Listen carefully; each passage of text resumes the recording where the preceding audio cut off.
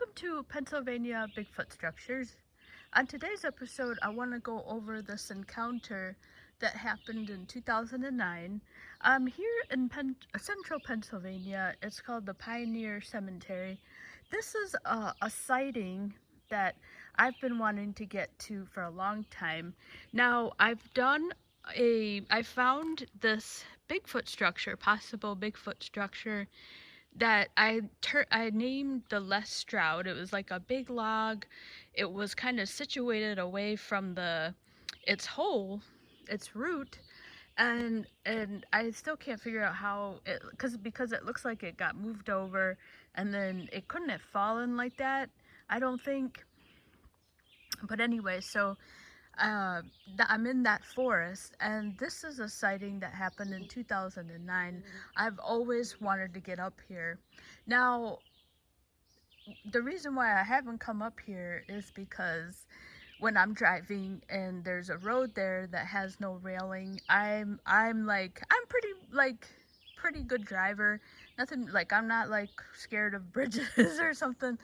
But I tell you, if going up a hill and if there's no rail, I just I lose it. I literally lose it. I have to go back down the hill. And so today I walked, actually maybe about 6 months ago. I got up just 2 miles short, and I go, wow, this is really far. So I finally just put blinders on my eye. And well, what happened was, once I was able to walk up so far, I realized that the hill wasn't, it stops, you know. It wasn't as drastic as I thought it was. So I was able to get up here in the car. But this is something that I've always really wanted to get up to. And yeah, so that's the story of why I never got up here. Now, this is a really, okay, so first let me tell you, I'm in central Pennsylvania, and this is a pretty remote forest. Like, where I usually am, my haunt, it's circled by suburbia. Not like city dwelling, but a little bigger than a small town, but smaller than a small city. And this forest is in central Pennsylvania. If you're familiar with central Pennsylvania, you know that after a certain point, it just starts getting really kind of, what's the word? Less inhabited. You know, it's not as populated. Once you start going over the mountain here, it just starts to get sparsely populated. And not only that, but if you go west on 30, it starts to get higher in elevation, and the mountains start to kick in there. So I'm just above that area here, and so I know this area, and I've just always wanted to get up here to the sighting. So I'm finally here, and it's remarkable about what happened to them, and you know, just being here. So the other thing I wanted to mention is, yeah, so yeah, I mean, this area here, this is really why they built the turnpike, because I think it was like 1940. It would take, or yeah, I think the pike was built in like 1940, and because of the elevation, like the elevation changes once you get past like the Susquehanna, the Susquehanna, it cuts down the middle of the state. And then once you start getting west of the Susquehanna, it just, you know, becomes sparsely populated. And then you have the mountain ranges, and you have these wonderful vistas like off of Route 30. And that's why they built the turnpike. It used to take 5 hours to go from Pittsburgh over into down to Philadelphia. You can kind of draw like a straight line from Pittsburgh to Philly, and basically that's what the turnpike system did with the interstate. And before that, it would take somebody like, you know, 5 or 6 hours in a car. Can you imagine, like, going continuously up the hills? So that's why the turnpike was built in Pennsylvania, and it was also the first ever turnpike in the nation. Yeah. Okay, so that's the story here, and that's really where I am. So it is important to, I wanted to throw that in because of the location of where I am right now. I'm in central Pennsylvania, and this is a forest that's pretty remote. Um, there's not a lot of population around it, so okay. So let's get to the sighting, because now that I'm here, and then I really want to talk about and then coming here and finding this is pretty cool too, the cemetery. So what happened in the sighting is the two friends were here. It doesn't say whether they were female or they were male, but there was two people here. Let me go in and walk into the cemetery. So there was two people here. Oh no, okay, yeah, so I wanted to show. Okay, so I'm going to show over here. So hopefully you can see the road. So this is the road down here, and that gives some perspective. Let me find it here. I can't even see it with my eyes, but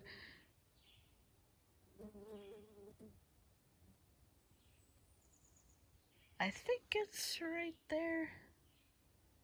Yeah, that could be it right there. No. Okay, basically the road is right there, okay? It's literally like, I would say, yeah, like 30 feet down there. I just have to walk down there. So that's where I came in. Okay, so there's the road. Here's the cemetery. And then, so over here, I just came in over here. So here's the entrance to the cemetery. There's the road, and then the road just keeps going over there. Okay, so that's really important to note, because that's where the road is. And so what happened here was two friends were here. They were just going through the cemetery, which is literally right here. That's the size of it.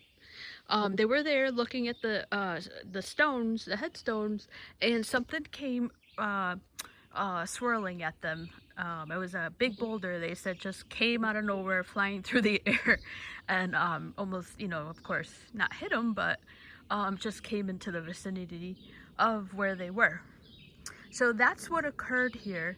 Now that I'm here, I'm thinking that the stone came from over there, because no, and so this occurred in 2009, and yeah, and this is the sighting that brought me to this forest. So I'm pretty confident, I think, that Sasquatch would be like over there, and then the other option would be, and this I feel like would be maybe the lesser option of the two, or it could come from there. And the reason why I thought maybe not from there, but over here.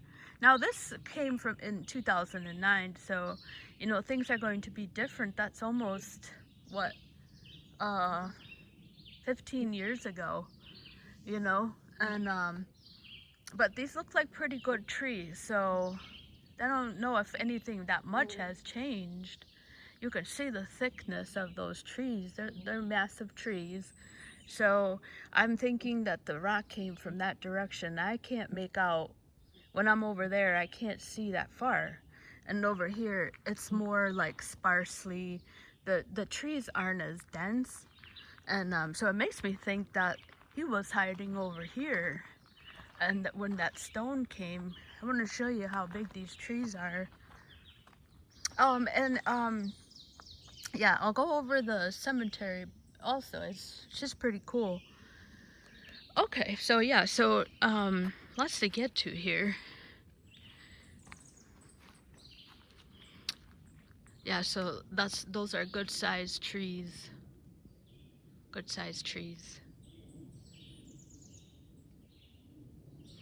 I think your eyeball can see here that it looks like it's a perfect place, even though they're 8 to 10 feet tall, or maybe a juvenile.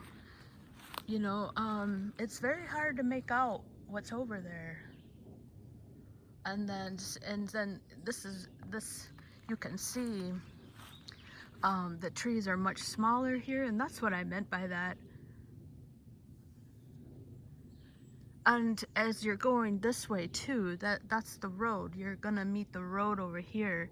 So it makes sense that he would be, you know, probably more in this off here someplace. I mean, logical, you know, we don't know where it came from. But how amazing is that?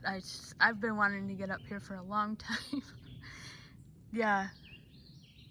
Also, almost forgot. Oh my God. The Cliff and Bobo on the podcast, Bigfoot and Beyond, they had a gentleman. Oh man, what's the Sasquatch Acoustics, and he did a he did a show with them. Bioacoustics, that's the name of his, Sasquatch Bioacoustics. He did a show, he did a podcast with them where all he did was play like Bigfoot calls, and one of them was captured in this forest, in the Tuscarora forest. So yeah, and I mean, I was like, that's why I've been wanting to get up here.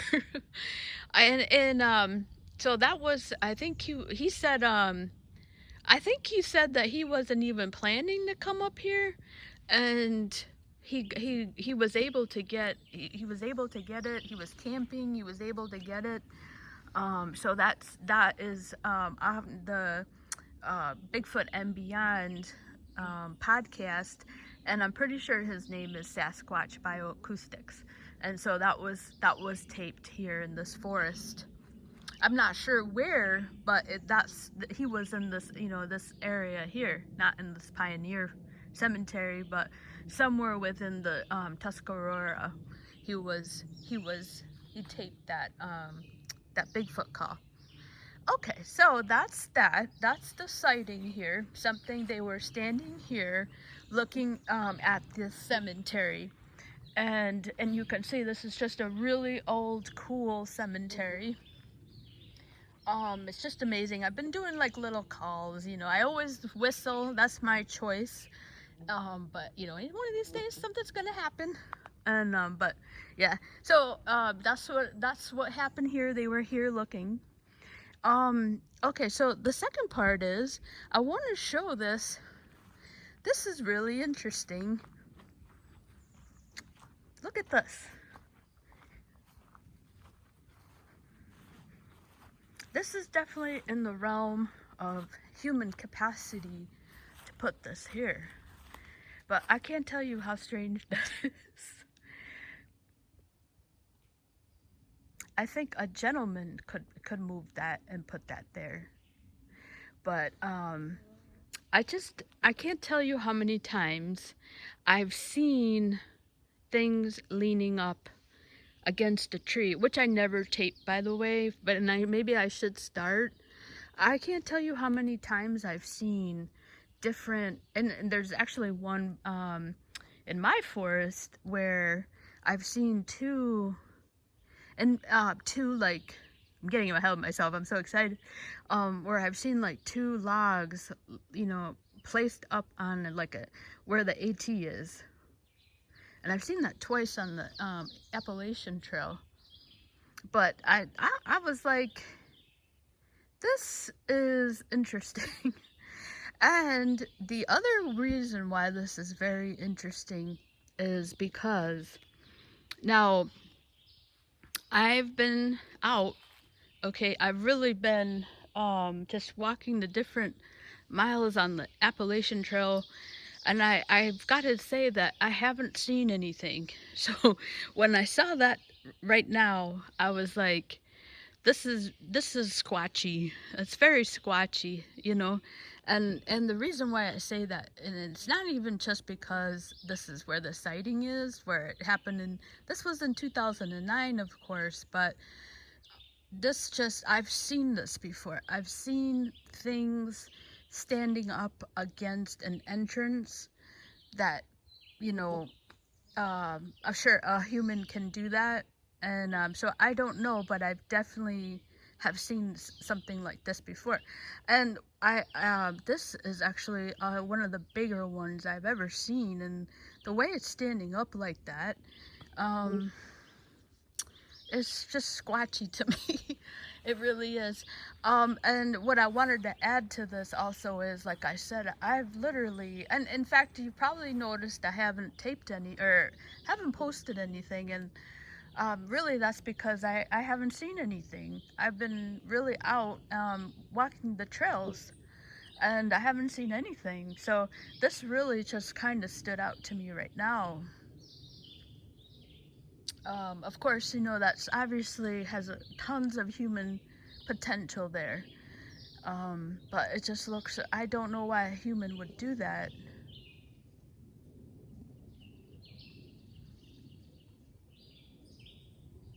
Yeah, it's very squatchy to me. It's very squatchy. And then, you know, add the fact that there was a sighting here, you know. There's a very healthy creek right now also running through the forest. It was pretty healthy during the winter.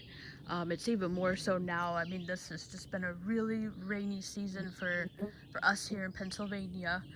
And but yeah, so I really like this. And yeah, so okay, so that's number 2 here.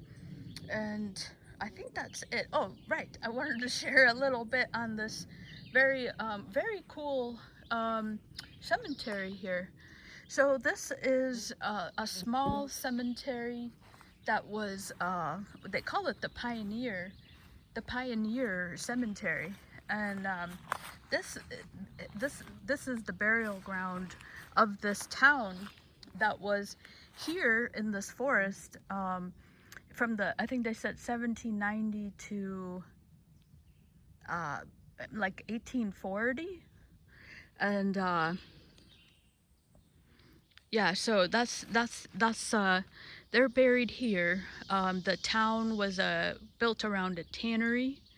So a little interesting piece of Pennsylvania history. I'm not sure about other states, but obviously Pennsylvania has a lot of woods. Even back in the day, they when they cut everything down, they replanted everything. So but back in the day, and even where I'm from, up in the northern Pennsylvania, they used to use the bark of trees to tan cowhides.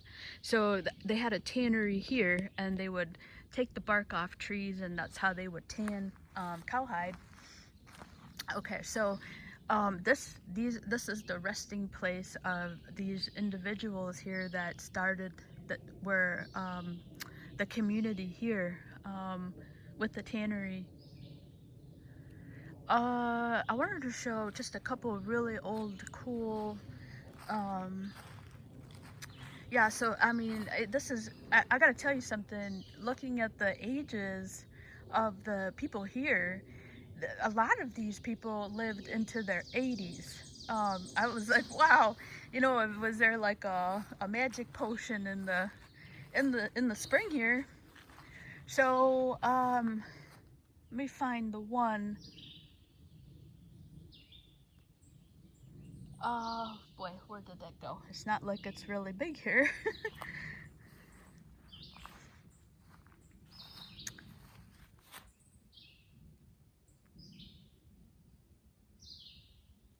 Oh, these bugs are out.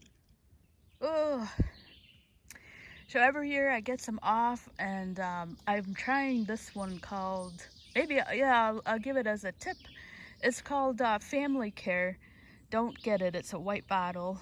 I always get the green one that is sticky and smelly, and that baby works.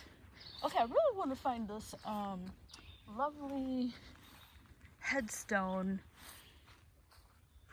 Um, where did you go? It had a lovely message on the tombstone. Let's see. I don't think it was down here.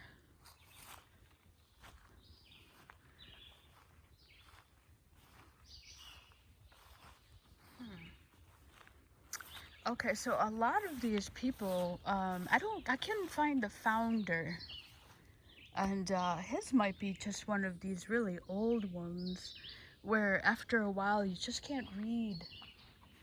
Okay, so I'm running low on battery here. Oh man.